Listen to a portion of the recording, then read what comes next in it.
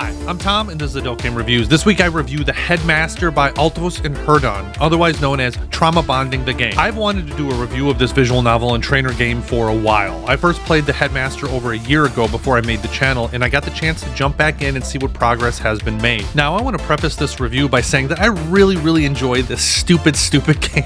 There are so many issues and problematic themes, but dang it if I didn't have fun. Before I really go into details, let's go over the premise. You play a psychologist who was just hired at a private school for troubled girls to turn them into valuable members of society and help them pass their exams. To get an idea of the discipline method you use, here's an example. Talking on a turn, back to paddling.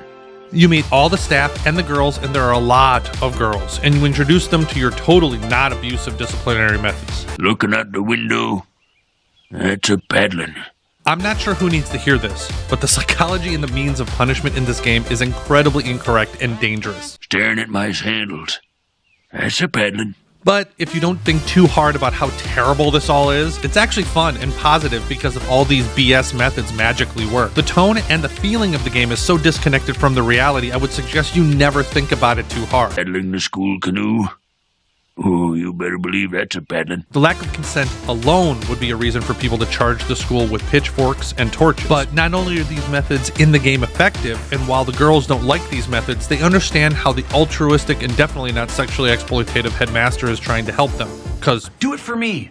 Do it for love? Now, the whole game is a bit tongue-in-cheek. The writing's pretty good with some typos here and there. The renders are very similar to Once in a Lifetime, so very 2020 Renpai. There is a certain charm that comes with the renders and the girls themselves. Some girls are pretty fleshed out as characters, while others, there's still a lot of work to be done. Like the incredibly obedient Pri, who you have to teach how to rebel, to Rachel, who you have to help become more body positive. Each girl has an issue you're trying to fix. I liked all the girls. Each have value. When you play, you do want to help them, but the game puts in the temptation to cross your ethical guidelines. After a while, I think that conflict kind of fades away though. The story comes in bits and pieces, which is accentuated by the day-night and weekly cycle. Some things happen on some days and you can call the girls to your office after school. However, this brings the largest possible issue people are going to have with this VN. Almost every girl's story and even the more general storylines sometimes have very little overlap. So it can feel like a bunch of disconnected stories. But the worst part is the grind. You grind your disciplinary methods into each girl through either public or private punishments. Public punishments range from the girls engaging in various behaviors in the classroom to picking up trash around campus. Some private methods are where you're going to spend most of your time. You can call the girls to your office where you have specific pain, pleasure, and humiliation requirements you have to fulfill. You are limited with the actions you can take. At the beginning, there are only a few things you can do, but as you level up the girls by meeting those requirements and either purchasing new items, toys, clothes, or even campus buildings, you gain access to more behaviors to keep leveling up the girls. With each level up, you learn a little more about each girl or staff member. I had to replay many of these scenes until I was able to level up the girls with the right combination. There's a conspiracy on campus, a puritanical school liaison, and other quests. Many of the quests aren't completed yet, but they can still be pretty fun in their current state. I mentioned trying to level the individual girls, but you also have a campus leveling system. You have stats like grades, discipline, popularity, influence, money, and one more. You have to keep the grade levels high while maintaining discipline. To do that, you need to have money to upgrade the facilities to satisfy certain quests. There are also teachers you have to train in your methods to maintain the discipline stat, so there is a lot of grinding, and you can fail if you don't keep your grades and discipline up, so it's all a balance. Another issue is the Headmaster is a relatively large and complicated undertaking, which means development is slow. I could see the VN being in development for many more years before it's finished. It reminds me a lot of Harem Hotel. I like both, but I will go for big chunks of time before I jump back in just to let more content be added. So what about the lewd content? Well, the lewd content is exactly what you think it is. There's a ton of it.